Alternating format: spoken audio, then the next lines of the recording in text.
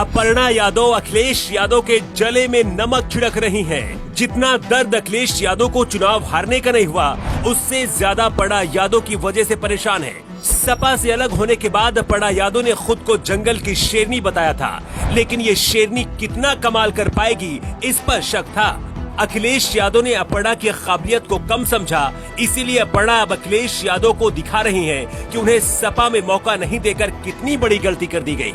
अपर्णा यादव योगी आदित्यनाथ की जीत से खुशी के मारे गदगद हैं। अखिलेश यादव की हार पर झूम रही हैं, लेकिन सवाल ये है कि क्या अब अपर्णा यादव की वजह से अखिलेश यादव का भविष्य अंधेरे में जा सकता है? अपर्णा यादव क्या करने वाली है और कैसे बीजेपी अपर्णा को टूल किट बनाकर अखिलेश यादव के खिलाफ यूज कर रही है, सिर्फ 2 मिनट की इस रिपोर्ट में हम आपको समझाने की कोशिश करेंगे। सबसे पहले इस तस्वीर को देखिए, जहां अपर्णा यादव योगी आदित्यनाथ का राज तिलक करती हुई दिख रही हैं। अपर्णा यादव के साथ इस दौरान उनकी मासूम बच्ची भी है। अपर्णा की बेटी भी योगी आदित्यनाथ का राज तिलक करती है। ये तस्वीर अखिलेश यादव को बहुत परेशान कर रही होगी। अखिलेश यादव सोच रहे होंगे कि काश ये राज तिलक अपर्णा यादव उनको करती। उम्मीद तो कर ही सकते हैं, क्योंकि घर की छोटी बहू है।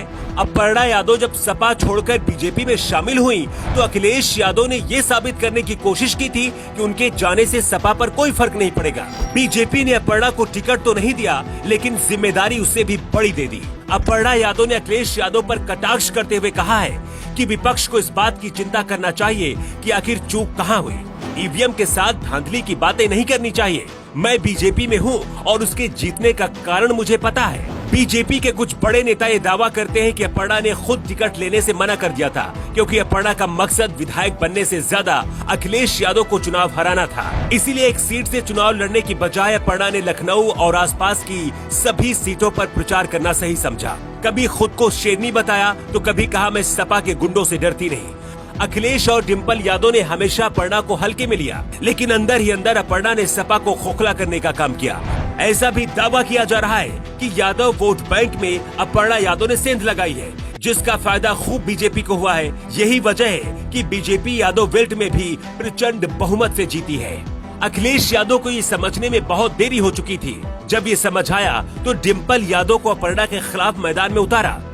डिम्पल यादव ने सिराथू में पहली रैली की और उप मुख्यमंत्री केशव प्रसाद मौर्य सिराथू से चुनाव हार गए, लेकिन इसके बाद डिम्पल कहीं प्रचार करती नहीं दिखी, जबकि अपर्णा बीजेपी के लिए लगातार पसीना बहाती रही, जिसका फायदा बीजेपी को वोट बैंक में बदल कर मिला। अपर्णा यादव को आने वाले वक्त में बीजेपी टूल किट की तरह इस्तेमाल करेगी और अब अखिलेश यादव को सबसे पहले अपर्णा यादव से कैसे निपटा जाए, इसकी तैयारी करनी होगी, क्योंकि ऐसा माना जा रहा है कि अब अपर्णा को बीजेपी कोई बड़ा पद दे सकती है। इसके साथ ही अपर्णा यादव का कद और बढ़ जाएगा। अपर्णा यादव का जितना बड़ा कद होगा, उतनी बड़ी सपा के लिए चुनौती होगी। वैसे आपको क्या लगता है, क्या अपर्णा यादव की वजह से अखिलेश यादव को नुकसान हुआ और बीजेपी को इससे कितना फायदा हो रहा है? आप अपना जवाब कमेंट बॉक्स में दे सकते हैं। न्यू टाइम्स के लिए ब्यूरो रिपोर्ट।